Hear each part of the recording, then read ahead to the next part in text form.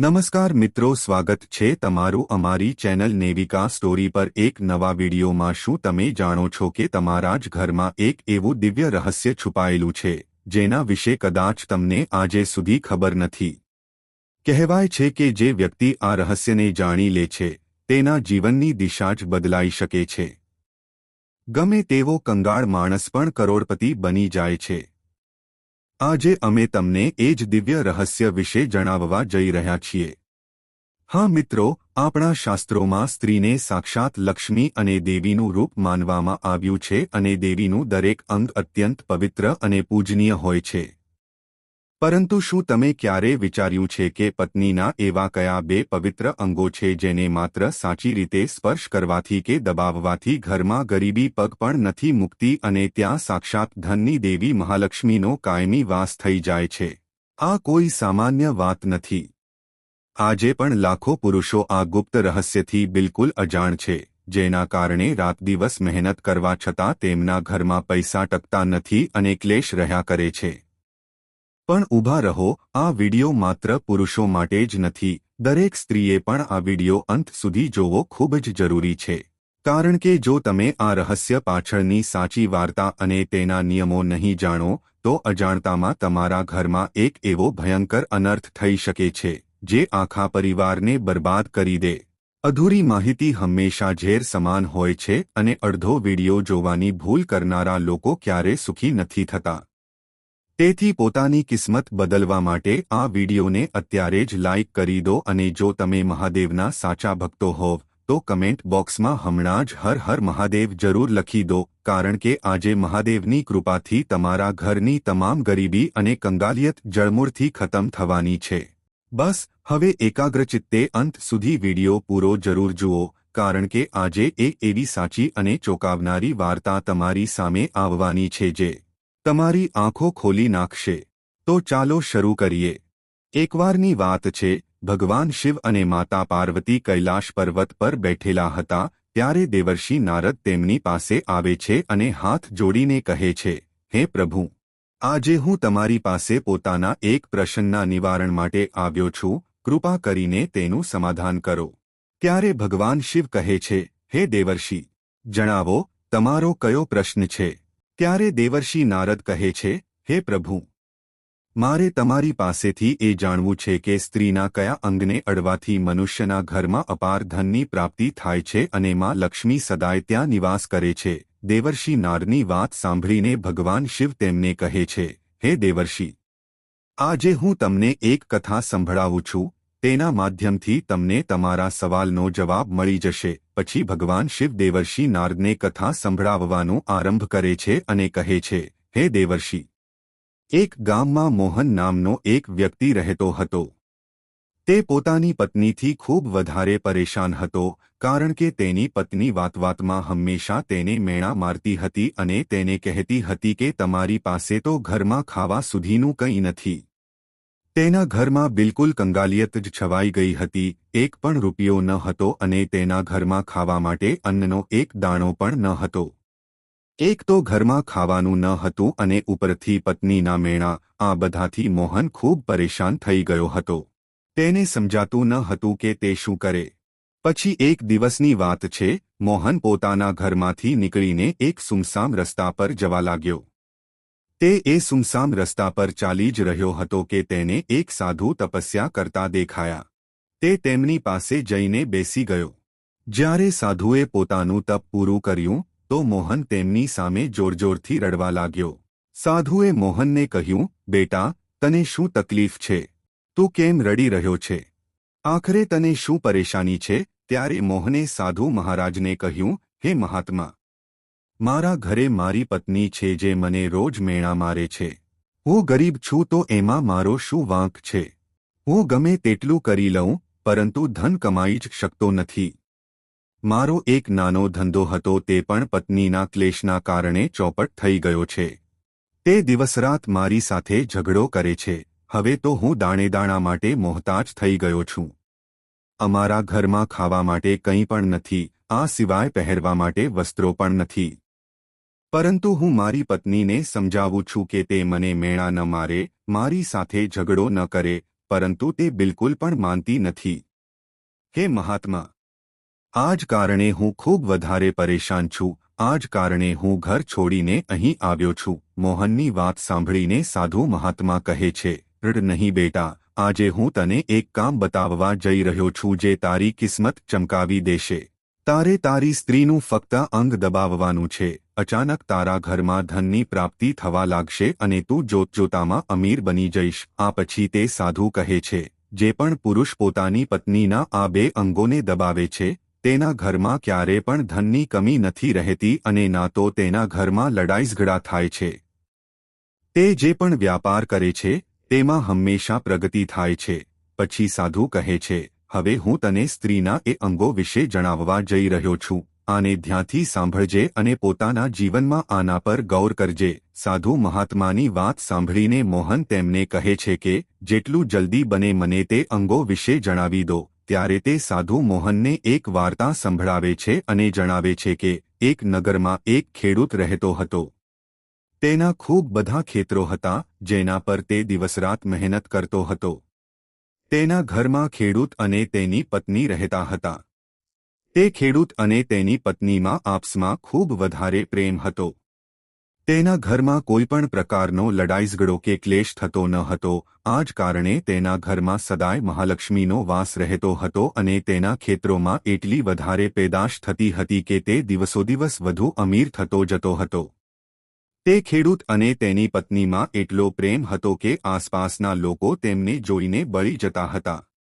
ધીમે ધીમે તેના આખા ગામના લોકો એ જાણી ગયા હતા કે ખેડૂત અને તેની પત્નીમાં ખૂબ વધારે પ્રેમ છે. ધીમે ધીમે આ વાત તે નગરના રાજા સુધી પહોંચી ગઈ.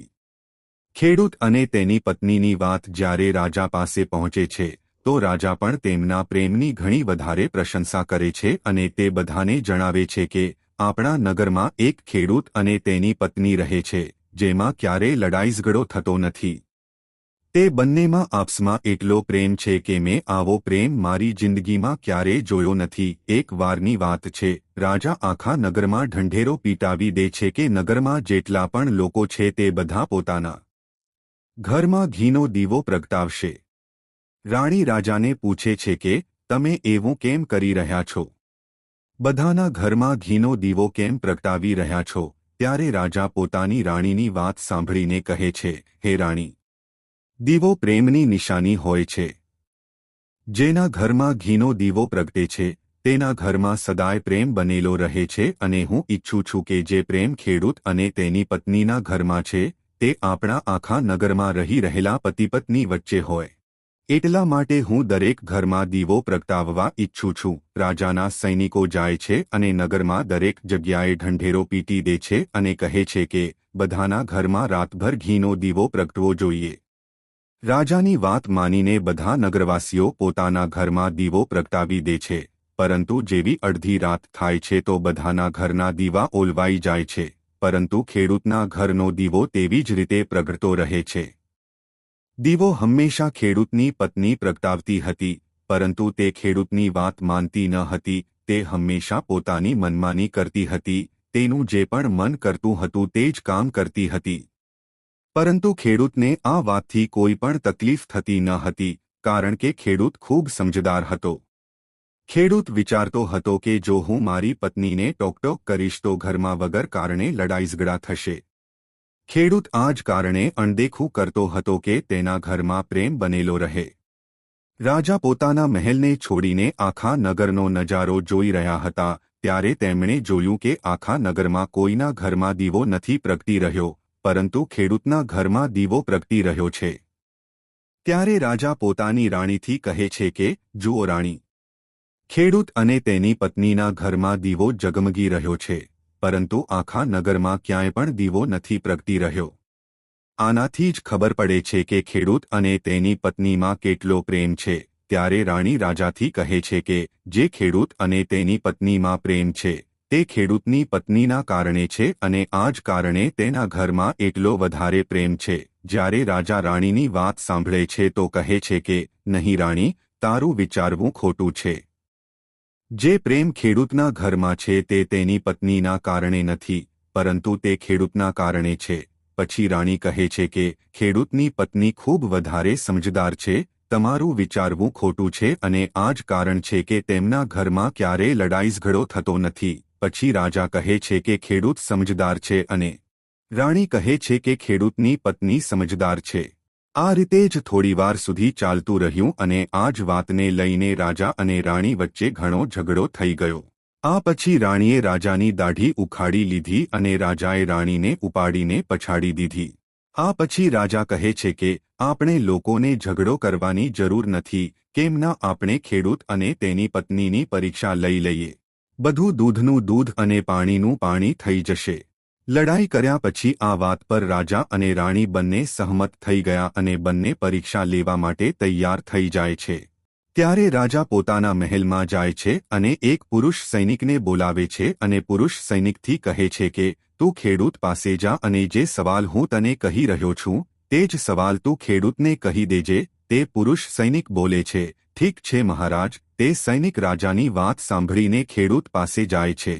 તે સમયે ખેડૂતની પત્ની ખેતરોમાં ગયેલી હતી, પરંતુ ખેડૂતની કંઈ તબિયત ઠીક ન હતી, આ જ કારણે તે ખેતરો પર ગયો ન હતો. તે સમયે તે સૈનિક ખેડૂતના ઘરે પહોંચી જાય છે અને ખેડૂતથી કહે છે, હું રાજદરબારમાંથી આવ્યો છું, રાજા સાહેબે મને મોકલ્યો છે. સૈનિકની વાત સાંભળીને ખેડૂત કહે છે, જણાવો, હું તમારી શું સેવા કરી શકું છું? તમે બેસી જાવ, હું તમારા માટે પાણી લઈને આવું છું. ત્યારે તે સૈનિક બોલે છે કે નહીં, તું કંઈ પણ ન લાવીશ, હું તો રાજાનો સૈનિક છું, બસ તમારી પાસે રાજાનો સમાચાર લઈને આવ્યો છું. ત્યારે ખેડૂત કહે છે, ઠીક છે, તમે મને જણાવો રાજા સાહેબે મારા માટે શું સમાચાર મોકલ્યા છે? પછી સૈનિક કહે છે, ખેડૂત, રાજા સાહેબે એ કહ્યું છે કે જો તું તારી પત્નીને છોડી દેશે તો રાજા સાહેબ તમને ખૂબ બધા હીરા જવેરાત અને સાથે તમારી જમીનથી 2 ગણી વધારે જમીન રાજા સાહેબે તમને ગિફ્ટમાં આપશે. આ સિવાય રાજમહેલનો અડધો હિસ્સો પણ તમને આપવામાં આવશે. પરંતુ જે ખેડૂતે જવાબ આપ્યો તે સાંભળવા જેવો છે. ખેડૂતે કહ્યું, રાજા સાહેબ પોતાનો આખો રાજમહેલ મને કેમ ન આપી દે, પરંતુ હું મારી પત્નીને નહીં છોડું અને તમારા રાજાને કહી દો કે ખેડૂતે એવું કહ્યું છે. પછી સૈનિક જાય છે અને રાજાને બધી વાતો જણાવે છે. તે જ સમયે રાણી ત્યાં સૈનિકની વાત સાંભળી રહી હતી. વાતો સાંભળ્યા પછી રાણીએ રાજાથી કહ્યું, તમે ખેડૂતની તો પરીક્ષા લઈ લીધી, પરંતુ ખેડૂતની પત્નીની પરીક્ષા ના લીધી. આ રીતે આપણે કેવી રીતે ખબર પાડી શકીએ કે કોણ સમજદાર છે? આ પછી રાણીએ કહ્યું કે હવે હું પણ ખેડૂતની પત્નીની પરીક્ષા લેવા ઈચ્છું છું. જ્યારે બંનેની પરીક્ષા થઈ જશે ત્યારે જ ખબર પડશે કે કોણ સમજદાર છે. પછી રાણીએ પણ પોતાની એક દાસીને બોલાવી અને કહ્યું કે મારી વાત ખેડૂતની પત્નીને કહેજે અને યાદ રાખજે, આ વાત ત્યારે જ જણાવજે જ્યારે ખેડૂત ત્યાં ના હોય. દાસીને પૂછ્યું કે રાણી, શું વાત જણાવવાની છે તે તો જણાવો. તો રાણીએ દાસીને બધી વાત જણાવી દીધી. દાસી ખેડૂતના ઘરે જાય છે અને તેના ઘરમાં અવાજ લગાવે છે તો તેના ઘરમાંથી ખેડૂતની પત્ની નીકળીને આવે છે અને કહે છે, જણાવો શું થયું? કેમ ઢંઢેરો પીટી રહી છે? તો દાસીએ કહ્યું કે હું રાજમહેલમાંથી આવી છું અને મને રાણીએ મોકલી છે. ખેડૂતની પત્નીએ કહ્યું, જણાવો, કયા કામ માટે આવી છે? ત્યારે દાસીએ કહ્યું, રાણીએ કહ્યું છે કે જો તું તારા ખેડૂતને મારી નાખે છે તો તને રાણી ખૂબ બધા હીરા જવેરાત આપશે અને સાથે રાજમહેલનો અડધો હિસ્સો પણ તને મળશે. આ સિવાય જેટલી પણ તમારી જમીન છે તે તો તમારી રહેશે, પરંતુ તેની 2 ગણી જમીન પણ તમને રાણી આપશે. આ વાત સાંભળીને ખેડૂતની પત્ની તૈયાર થઈ જાય છે અને કહે છે, ઠીક છે, જો મને રાણી સાહેબા આપશે તો મને મંજૂર છે, હું મારા પતિને મારી નાખું. ત્યારે દાસી પૂછે છે કે રાણીને કેવી રીતે ખબર પડશે કે તમે તમારા પતિને મારી નાખ્યો છે? ત્યારે ખેડૂતની પત્ની બોલે છે, મારા ઘરમાં જે દીવો પ્રગટી રહ્યો છે, જ્યારે હું ખેડૂતને મારી નાખીશ તો તેને ઓલવી નાખીશ, ત્યારે જ તમને ખબર પડી જશે કે મેં ખેડૂતને મારી નાખ્યો છે. હવે દાસી ખેડૂતની પત્નીની વાત સાંભળીને રાજમહેલમાં જાય છે અને રાણીને બધી વાતો જણાવે છે. ખેડૂતની પત્નીની વાત સાંભળીને રાણી ખૂબ અચંબિત થઈ જાય છે. રાજા અને રાણીને સ્ત્રી જાતથી નફરત થવા લાગે છે. તે જ સમયે રાજા પોતાના નગરના બધા લોકોને બોલાવે છે અને કહે છે કે હું ઈચ્છું છું કે મારા અને મારી પત્નીના કારણે ખેડૂતનો જીવ ના જાય. તમે લોકો એવું કરો કે ખેડૂતના ઘરે જાવ અને બધી વાતો જણાવી દો અને તેનો જીવ બચાવી લો, નહીંતર ખેડૂતની પત્ની તેને મારી નાખશે. અહીં સૈનિકો ખેડૂતના ઘરે જાય છે અને વિચારે છે કે ખેડૂતની પત્ની ખેડૂતને રાતમાં મારશે અને દીવો ઓલવશે. આના પહેલા જ આપણે ખેડૂતના ઘરમાં પહોંચી જઈએ અને ખેડૂતને બચાવી લઈએ. જેવા જ રાજાના સૈનિકો ખેડૂતના ઘરે પહોંચે છે તો જુએ છે કે ખેડૂત તો મરેલો પડ્યો છે. તો સૈનિકો ખેડૂતની પત્નીથી બોલે છે કે તમે તો ખેડૂતને રાતમાં મારવાના હતા, પરંતુ તમે અત્યારે ખેડૂતને કેમ મારી નાખ્યો? ત્યારે ખેડૂતની પત્ની બોલે છે કે ખેડૂતને તો મારે પહેલા જ મારવાનો હતો, રાતમાં તો મારે ફક્ત દીવો જ ઓલવવાનો હતો, એટલા માટે ખેડૂતને તો મેં દિવસમાં જ મારી નાખ્યો છે. બધા સૈનિકો તરત જ ખેડૂતના ઘરેથી દોડતા દોડતા જાય છે અને રાજા અને રાણીને બધી વાતો જણાવે છે. રાજા અને રાણી ક્રોધથી આગબબૂલા થઈ જાય છે. આ પછી રાજા અને રાણી ખેડૂતની પત્નીને બંદી બનાવીને લાવવા માટે પોતાના સૈનિકોથી કહે છે. સૈનિકો જાય છે અને ખેડૂતની પત્નીને બંદી બનાવીને લઈ આવે છે. રાજા ખેડૂતની પત્નીને પૂછે છે, એવું તે કેમ કર્યું? તો લાલચુ સ્ત્રી છે, તને પૈસાથી પ્રેમ છે. ત્યારે ખેડૂતની પત્નીએ જવાબ આપ્યો અને જણાવ્યું કે મારે તો ખેડૂતને પહેલા જ મારવો હતો, તે તો હું કોઈ બહાનું શોધી રહી હતી, કારણ કે ખેડૂતની આદત ખૂબ ખરાબ હતી, તે મારી સાથે ખૂબ ખરાબ વ્યવહાર કરતો હતો. તો રાજાએ કહ્યું કે ખેડૂત એવું શું કરતો હતો? તો ખેડૂતની પત્નીએ જવાબ આપ્યો કે તે મારા નાકનો ઉપરનો હિસ્સો પોતાની આંગળીથી હંમેશા દબાવતો હતો. આ સિવાય ખેડૂત એક કામ બીજું મારી સાથે કરતો હતો. તે ખેડૂત મારા કાનનો પાછળનો હિસ્સો અવારનવાર પોતાની જીભથી સ્પર્શ કરતો હતો. પછી રાજાએ પૂછ્યું, એ જણાવો, જ્યારે તમે લોકો ગરીબ હતા ત્યારે શું ખેડૂત તમારી સાથે આ કામ કરતો હતો? તો ખેડૂતની પત્ની બોલે છે, નહીં મહારાજ, ત્યારે એવું ન હતો કરતો. ત્યારે રાજાએ કહ્યું, હું સમજી ગયો કે ખેડૂત એવું કેમ કરતો હતો. તે જ સમયે સાધુએ મોહનને પૂછ્યું, તને કંઈ સમજમાં આવ્યું? સ્ત્રીનું કયું અંગ દબાવવા તથા ચાટવાથી લોકોને અચાનક ધનની પ્રાપ્તિ થાય છે? તો મોહને કહ્યું, નહીં મહારાજ, મને હજી પણ સમજમાં નથી આવ્યું. ત્યારે સાધુ કહે છે, જો હજી પણ સમજમાં નથી આવ્યું તો હું ફરીથી તને જણાવું છું. ખેડૂત પોતાની પત્ની સાથે જે પહેલું કામ કરતો હતો તે છે તેના નાકના ઉપરના હિસ્સાને પોતાની આંગળીથી દબાવતો હતો. તો જે પણ મનુષ્યના ઘરમાં પૈસાની તંગી છે તેને પોતાની આંગળીથી સ્ત્રીના નાકના ઉપરના હિસ્સાને જરૂર દબાવવો જોઈએ. સ્ત્રીના નાકના ઉપરના હિસ્સાને ખૂબ શુભ માનવામાં આવે છે. આ જ કારણે જે આ કામ કરે છે તે હંમેશા ધનવાન પુરુષ બની જાય છે. બીજું કામ છે, જે પણ પુરુષ સ્ત્રીના કાનનો પાછળનો હિસ્સો પોતાની જીભથી સ્પર્શ કરે છે તો તેની કિસ્મતના દ્વાર ખુલી જાય છે. તેને અચાનક ધનની પ્રાપ્તિ થાય છે અને એવું એટલા માટે થાય છે કારણ કે સ્ત્રીના કાનના પાછળના હિસ્સામાં માતા લક્ષ્મીનો વાસ હોય છે. જ્યારે તમે એવું કરો છો તો માતા લક્ષ્મી તમારાથી પ્રસન્ન થઈ જાય છે અને તમને અપાર ધન આપે છે. અને તમે એક વાત તો જરૂર સાંભળી હશે, સ્ત્રીઓ માતા લક્ષ્મીનું રૂપ માનવામાં આવે છે. આ જ કારણ છે આ સંસારમાં જે પણ મનુષ્ય આ પવિત્ર કામ કરે છે તેનું ઘર ધનથી ભરાઈ જાય છે. જેવું કે આ વાર્તામાં ખેડૂત પણ પોતાની પત્ની સાથે કરતો હતો. પરંતુ તમે જ્યારે પણ આવું કામ કરો ત્યારે તમારે તમારી પત્નીને પૂરી વાત જણાવી દેવી જોઈએ, અન્યથા તમારા જીવનમાં આવો અનર્થ પણ થઈ શકે છે. આ પછી તે સાધુ મોહનને કહે છે કે બેટા, હવે તને કંઈ સમજમાં આવ્યું? ત્યારે મોહન કહે છે, હા મહારાજ, હવે મને બધું સમજમાં આવી ગયું. પછી ભગવાન શિવ દેવર્ષિ નારદથી કહે છે, હે દેવર્ષિ, શું તમને તમારા સવાલનો જવાબ મળી ગયો છે?